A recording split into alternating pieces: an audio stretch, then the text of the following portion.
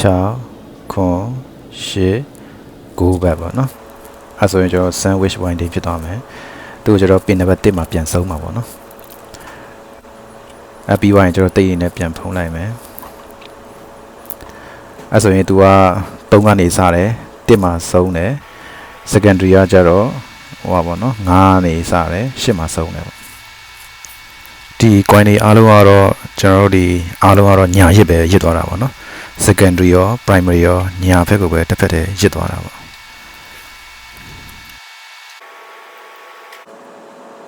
အခုဒီမှာမြင်ရတဲ့ကိုလေးကကျတော့ EP73 ကိုပေါ့အဲ့မှာသူ့ကိုကျွန်တော်ဒီဟိုပါပေါ့နော်ဒီ thermal resistant တိတ်ကလေးနဲ့ကျွန်တော်တစ်ထပ်စီကာထားတာပေါ့နော်တစ်ထပ်စီကတ်ထားတာပေါ့သူကကျတော့ဟိုပါပေါ့နော်ဒီflyback transformer အနေနဲ့သုံးတာဖြစ်တဲ့အတွက်သူ့ကို gap အနေနဲ့ဒီတိတ်လေးတစ်ထပ်စီခံထားပေးတာပေါ့နော်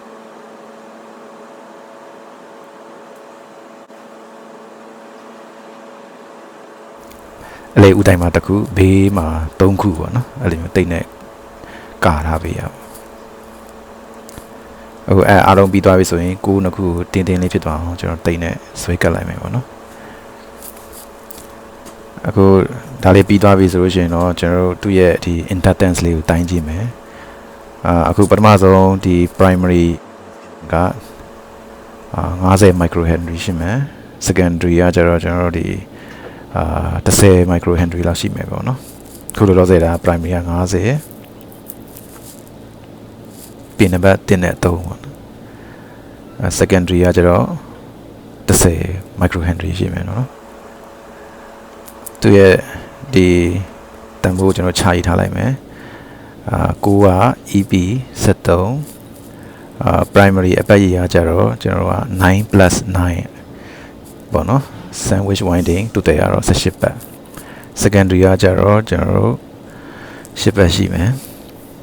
primary inductance က50 microhenry secondary ကကျတော့10 microhenry ရှိမယ်ကျွန်တော်တို့ရဲ့ဒီ9 gap ကကျတော့1 layer တိတ်ပေါ့နော်ကျွန်တော်ခက်မှန်းတော့ဒီပုံမှန်တော့73 watt 15 watt အတွက်လောက်ထားတာပေါ့နော်ဒါပေမဲ့ကျွန်တော်25 watt ရအောင်ကျွန်တော်သုံးကြည့်ကြည့်မယ်အဝင်ကတော့ပို့30နဲ့60ရာအထက်ကတော့12 volt ပေါ့နော်အဲ့လိုမျိုးကျွန်တော်စမ်းကြည့်မယ်အခုကျွန်တော်ဒီနမူနာကပ်ပြားလေးကိုကျွန်တော်တို့ကရလာပြီပေါ့နော်အဲ့နမူနာကပ်ပြားလေးထဲမှာအခုဒီပတ်ထားတဲ့ EP73 လေးကိုကျွန်တော်တို့ဒီမှာတက်ဆင်ကြမယ်ပေါ့နော်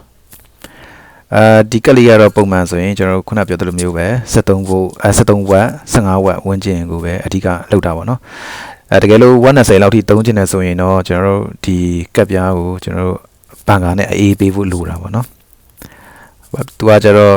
size ကသေးတယ်ဟိုပါပေါ့နော်နှစ်လက်မှာ အရှည်ရှိမယ်အလျားရှိမယ်အနံကကြတော့တက်လက်မှာပေါ့နော်အခုဆိုရင်တော့ကျွန်တော်တို့ဒီ EP73 transformer 6လေးကိုကျွန်တော်တို့ဒီ component တွေနဲ့အစုံအလင်တက်ပြီးသွားတဲ့အနေအထားလေးပေါ့နော်အခုဒီမှာဆိုရင်ဒီ FED ကတော့ကျွန်တော်ဒီ 130N15 ကိုတုံးထားတာပေါ့နော်150 volt 130 ampere ပေါ့အခုဒီပစ္စည်းလေးတွေအားလုံးစမ်းတက်ပြီးသွားပြီဆိုရှင်ကျွန်တော်တို့ဒီမှာ power on ဖို့စမ်းလိုက်မယ်ပေါ့နော်အခုဒီမှာကျွန်တော်5 ohm 5 watt resistor ကိုဟိုပါပေါ့နော်total 6.6 ohm ရအောင်ဟိုဟာ series ပါလာတွဲထားတာပေါ့နော်အခုမြင်တွေ့ရတဲ့ 6.8 ကကြတော့ကျွန်တော်က 0.2 ကကြတော့မီတာရဲ့ဒီဟိုပါပေါ့နော် internal resistance ကြောင့်ပေါ့အခုဆိုလို့ရှိရင်ကျွန်တော်တို့ဒီ power on လိုက်တာဟိုပါပေါ့နော်အဝင်30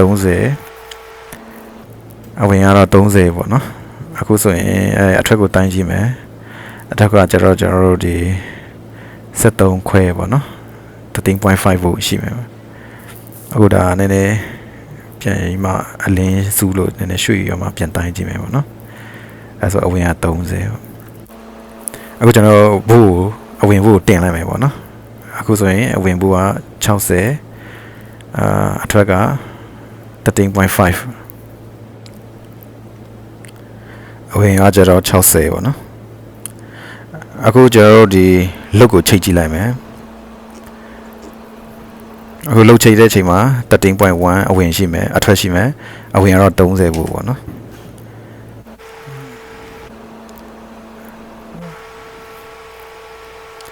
အခုဗို့တင်လိုက်ပြီအဝင်က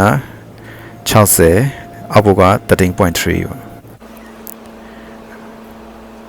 ဟုတ်ဒါဆိုရင်အဝင်30နဲ့တိုင်းနေဟာအခုကျွန်တော်45လောက်ထားလိုက်မယ်45အထက်က 13.3 ပေါ့နော်အခုဒါသူ့ရဲ့ဒီ waveform ကိုတီးအောင်ကျွန်တော်တို့ oscilloscope နဲ့အခုထောက်တိုင်းကြည့်မယ်ပေါ့နော်ဒီ drain point ကိုကျွန်တော်တိုင်းကြည့်တဲ့အချိန်မှာသူ့ရဲ့ဒီ peak to peak voltage ကတော့ကျွန်တော်ဒီ125ဝန်းကျင်လောက်ရှိရပေါ့နော်ဒီကောင်လေးကကျတော့ frequency က335 kHz ပေါ့နော်အဲ့လိုလောက်ရှိမယ်335အဲ့ဒီဝန်းကျင်လေးမှာသူရှိနေလိမ့်မယ်ပေါ့နော်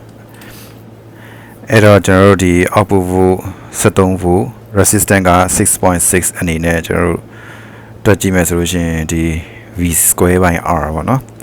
အဲ့တော့ဒီ73အမြောက်73အစား